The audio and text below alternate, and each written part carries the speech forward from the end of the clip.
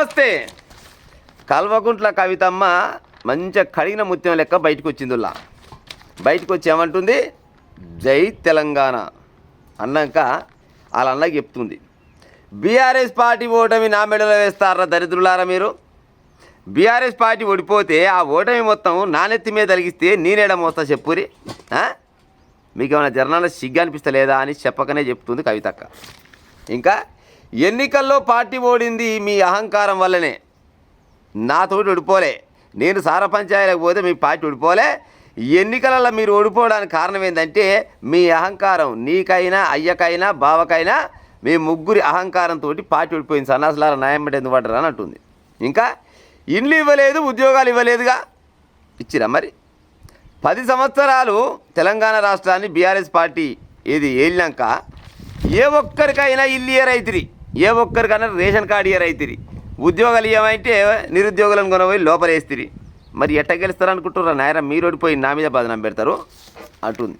ఇంకా వద్దన్నా సరే దోపిడిదారులకు టికెట్ ఇచ్చిరు కదా, నేను మరో మొత్తుకున్నా దొంగ లంగా బయటవేయగాలకు టికెట్ ఇవ్వకూరి, ఆ టికెట్ ఇస్తారా అంటే మన పార్టీ ఓడిపోతుందని నేను నెత్తి నోరు కొట్టుకొని మొత్తుకున్నా కానీ నా మాట విన్నావురా అన్నయ్య, నువ్వు సిగ్గుదా మిమ్మల్ని నా మీద నొక్కుతున్నావు ఈ పంచాయతీ అని కవితమ్మ అంటుంది. ఇంకా కేటీఆర్ ఇప్పటికైనా నిజాన్ని అంగీకరించడు, పొరపాటున కూడా ఒప్పుకోడు, కింద పడ్డా మీద సై మాత్రం నాదే అంటాడు. ఇంకా నా అరెస్టుకు ముందే ఎన్నికలు జరిగాయి, మద్యం కేసులో అక్రమం అని తెలిస్తే నాడు మాట్లాడలేదేంది. మద్యం కేసు అక్రమం అని తెలిసింది ఆ రోజే, మరి ఆ రోజు ఒక్కడన్నా మాట్లాడరైతురే, ఏమక్కర మాట్లాడలే, ఆయన నాతో ఎక్కర లేకుండా మీకు అని కవితమ్మ అంటుంది. ఇంకా అప్పుడు ఒంటరిగా వదిలేసి సానుకూల తీర్పు రాగానే సన్నాయి నొక్కుతురు, లజ్జ అనిపిస్తలేదు మీకేమన్నా అమంటుంది. నేనట్టలేను. ఆయన నా మీద గుండాలు ఎత్తేస్తుంటే ఒక్కడన్నా దగ్గర రాకపోయిరి, ఇవాళ కోర్టు తీర్పు నాకు సానుకూలంగా వచ్చి రాగానే సన్నాయి నొక్కుతురు, మీకు జర్నన్న శరం పేగలేనట్టుందేమరా అన్నయ్య అని కవితమ్మ చెప్తుంది ముచ్చట. ఇంకా అక్క చెప్పు, మంచిగా చెప్పాలి నువ్వు. కడిగిన ముత్యంలో బయటకు వచ్చా, సొంత పార్టీ ఏర్పాటుకు ముందు దేవుని ఆశీర్వాదం కవిత.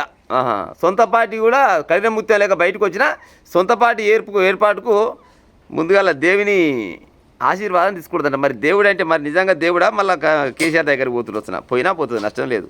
మా జన్మించిన దేవుడు ఎక్కడుండి నాకు అన్న అంటది పక్క. ఎందుకంటే అయ్య మీద ఎంతో కొంత ప్రేమ ఉన్నది, కానీ అన్న మీద బావ మీద మాత్రం బిల్కుల్ లేదు. ఈ ముచ్చట కవితమ్మ చెప్తుంది.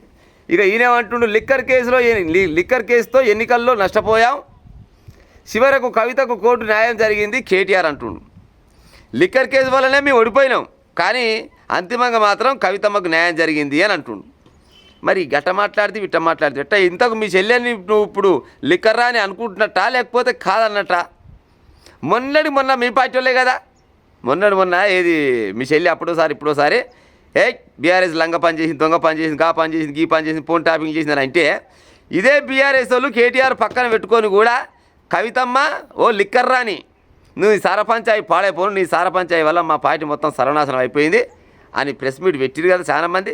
మరి ఏ ఒక్కనన్నా బీఆర్ఎస్ పార్టీనే మా చెల్లె మీద గుండాలు ఎందుకు ఎత్తేస్తారా, మా చెల్లె మంచిది, మా చెల్లె గిసోని పని తెలియదు అని ఏమన్నా ఖండించిన అడుల్లా ఇది తారక రాముడు అయినా కావచ్చు, హరీష్ రావు అయినా కావచ్చు, ఖండించిరా?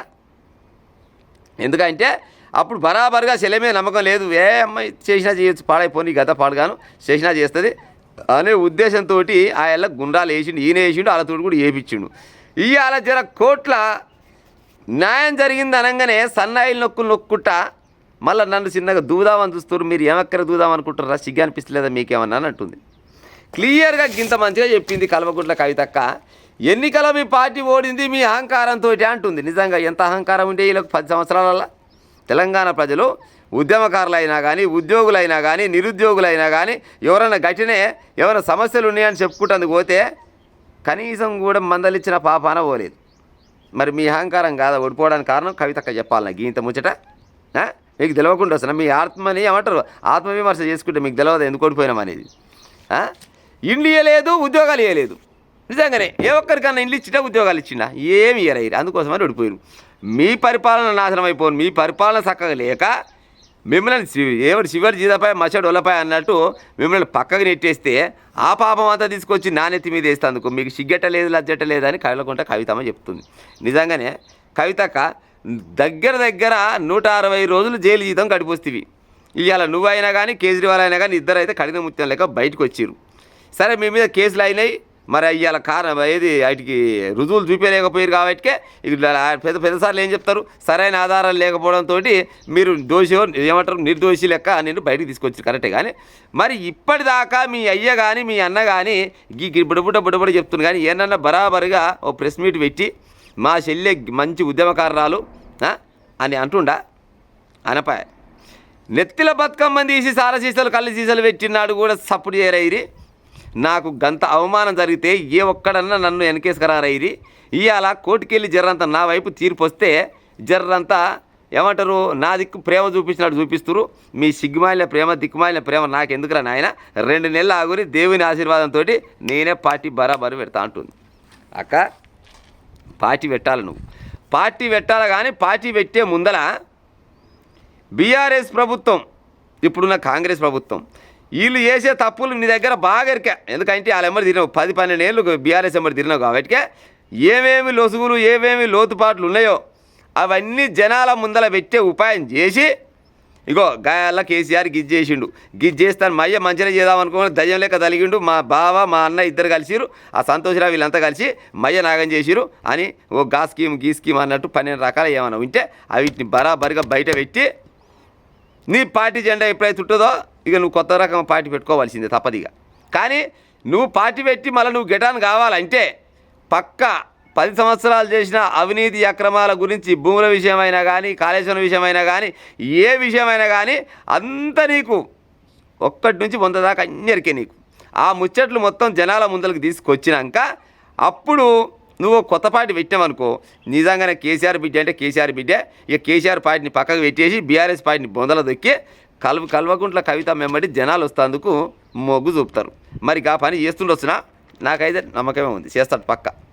నాకైతే పక్క అనిపిస్తుంది. ఎందుకంటే నేను ఎన్ని రకాల అవమానాలు భరిస్తుంటే ఏ ఒక్కడన్నా మయ సొమ్ము తిన్నోళ్ళు నా సొమ్ము తిన్నోళ్ళు మయ పార్టీలో నా పార్టీలో ఉన్నోళ్ళు ఒక్కడు కూడా నాకు సపోర్ట్ చేయలేదు.